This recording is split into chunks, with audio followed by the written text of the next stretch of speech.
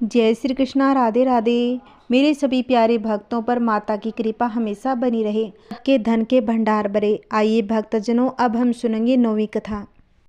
एक गांव में एक बुढ़िया ब्राह्मणी रहती थी। वह बहुत ही गरीब थी।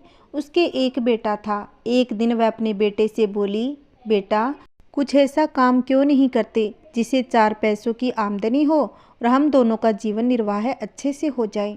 अब मेरे तो बुढ़ापे के कारण हाथ पैरों ने जवाब दे दिया है। उसका बेटा माँ की बात सुनकर गांव वालों के जानवर चराने जाता।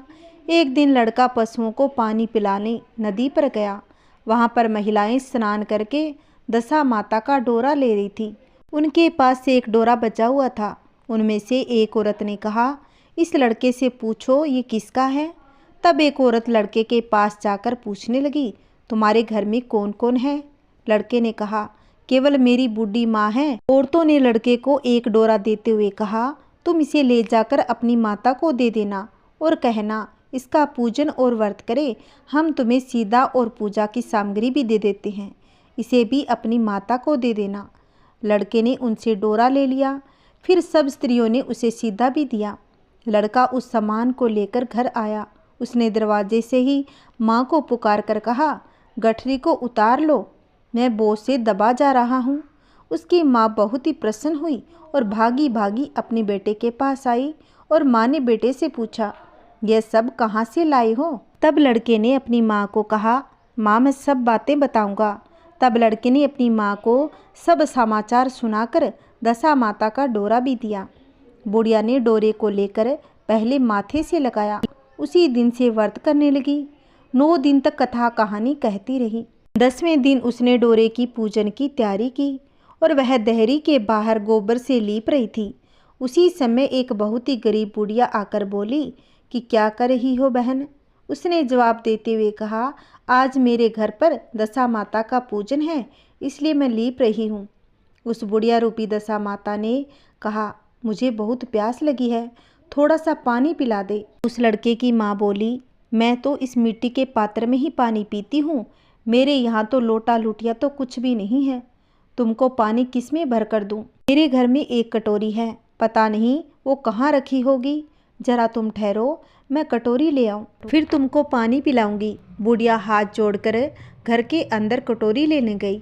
इसी बीच दशा माता, जिन्होंने बुढ़िया का रूप धारण कर रखा था, उसके मटके रखने की जगह पर एक सोने का घड़ा रखकर माता अंतर्ध्यान हो गई। बुढ़िया कटोरी लेकर मटके के पास गई। वहाँ सोने का घड़ा देखकर वह तो घबरा गई और मन में सोचने लगी, मुझ पर बुढ़ापे में चोरी का नाम लगेगा, मैं चोर कहलाऊंगी। वह इस चिंता में दशा माता रूपी बुढ़िया को खोजने निकल गई। तब तक उसका लड़का भी घर आ गया। उसने माँ से पूछा, तुम किसे खोज रही थी। उसने कहा, अभी शीर्ण अवस्था वाली बुढ़िया आई थी, यह सोने का घड़ा रखकर न जाने कहाँ चली गई। तब लड़के ने अपनी माँ से कहा, माँ, वह तो स्वयं दशा माता थी, दशा माता ने तुमको यहाँ घड़ा दिया है, दोबारा फिर कभी वह आए तो उसके स्वागत में कोई कमी मत रखना, उनकी आज्ञा का पालन करना।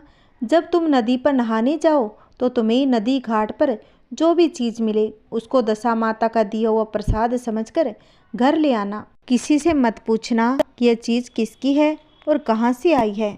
बुढ़िया नदी में नहाकर जब बाहर निकली तो उसे सोने का घड़ा भरा दिखाई पड़ा। उसके पास ही सुंदर सुंदर वस्त्र रखे थे। बुढ़िया ने कपड़ों को पहना और घड़े को हाथ में लेकर चलने की तैयारी की। 4 कहार एक डोली लेकर उसके पास आ गए। कहारों ने उसे डोली में बैठने को कहा। बुढ़िया जब घर पहुंची तो उसने देखा कि वहाँ तो एक आलीशान महल खड़ा था।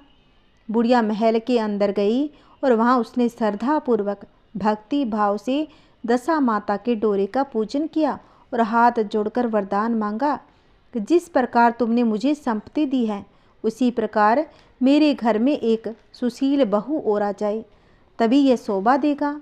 कुछ ही दिनों के बाद लड़के का विवाह हो गया और बहुत ही सुंदर और गुणवान सुशील बुढ़िया के घर बहू आ गई।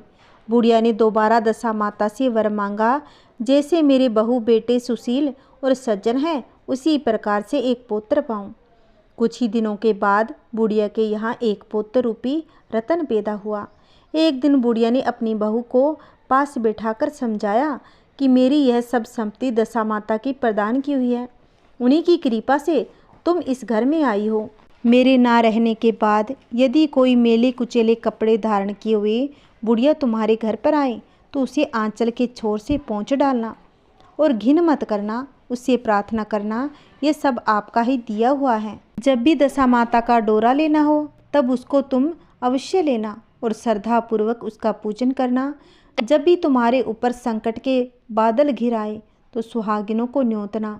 दशा माता की कृपा से तुम्हारी सब इच्छाएं पूरी हो जाएगी। कुछ ही दिनों के बाद बुढ़िया का स्वर्गवास हो गया।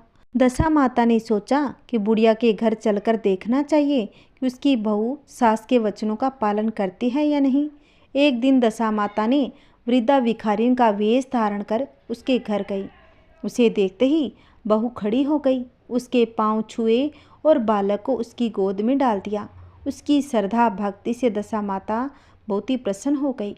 उन्होंने आशीर्वाद दिया कि तेरी धर्म बुद्धि है, भगवान तेरा सदैव कल्याण करे, भंडार भरपूर रहेगा, तू जो इच्छा करेगी वह तुझे अवश्य ही मिलेगा।